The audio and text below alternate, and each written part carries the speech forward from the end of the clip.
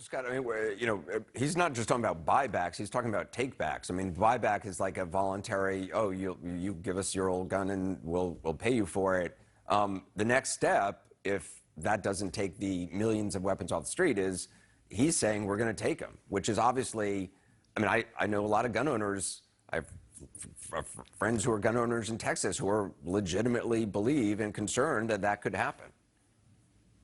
Well, for years, Republicans have worried about this, and when we have these conversations about what can we do about the mass shootings and gun violence, some Republicans raise the idea that Democrats want to confiscate your weapons, want to come and make it mandatory for you to give your weapons to the government. And Democrats and media types and pundits and so on, they come along and say, oh, that's crazy. These are just talking points used to frighten people.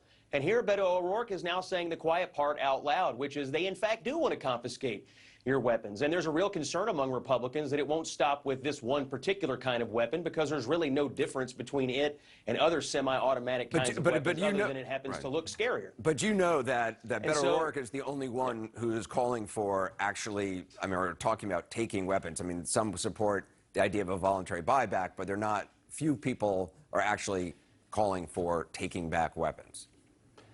I had the volume up on the debate last night, and I don't know that anything got as much as applause in that room as when Beto O'Rourke said he wanted to come and have a mandatory gun confiscation program. I imagine, as Kirsten said, there is widespread support in the Democratic Party, and I think if they were to get full control of the government, there would be a huge push for this. And so, look, I think this. Most people want something.